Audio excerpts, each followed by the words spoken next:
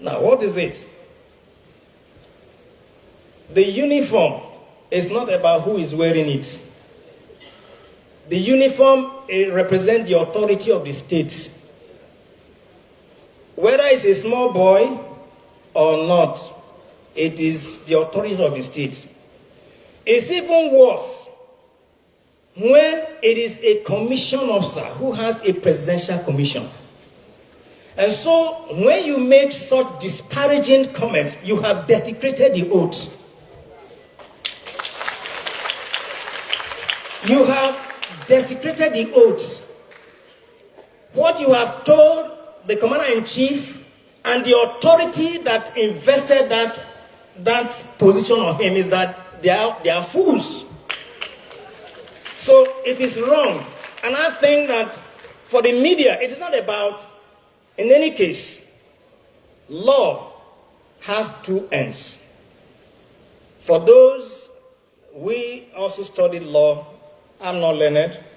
But then in military law, we also taught that for you to be able to establish a crime, there are two elements: actus reus and mens rea.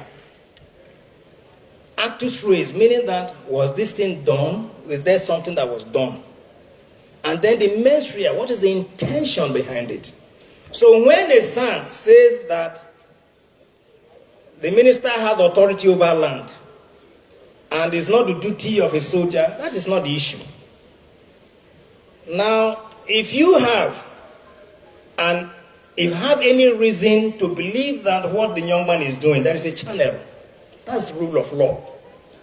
So you desecrating the oath, it has not. So this is what you, the media, must try to highlight. I know that over the years, we have lost our educational traction. Civics that ought to be taught, these are things that primary school pupils, secondary school pupils ought to know, that even adults don't know anymore. The whole essence of contract, all right, the compact that you have with the state, that every individual has ceded his rights to the state, is because of things like this. So that we will not, at April 29, take laws into our hand. It is not a jungle.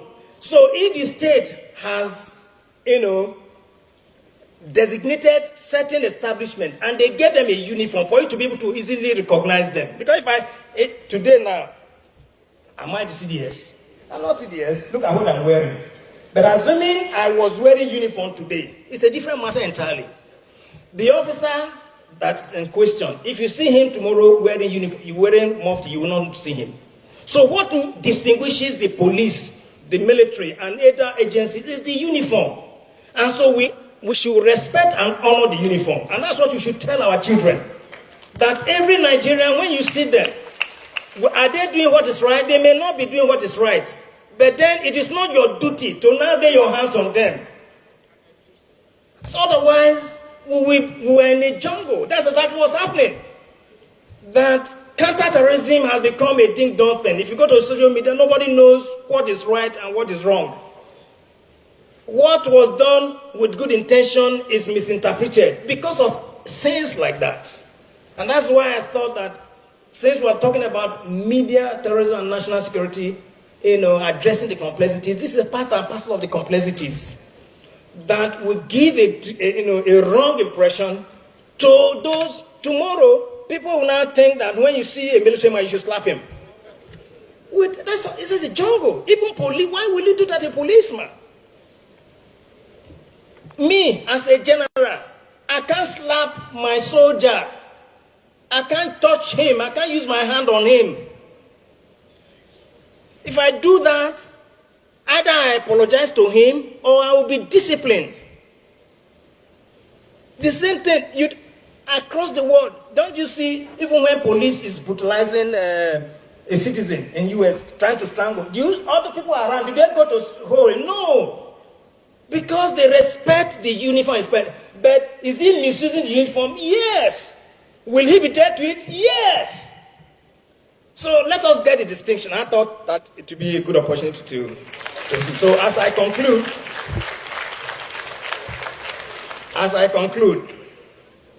What I need us to take away is that we were reminded yesterday that as editors of the media, we are the last man standing.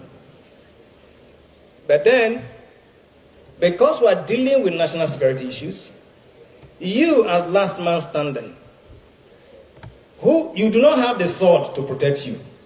So if the first man, the second man, and third man are all dead, what becomes of you? So note that.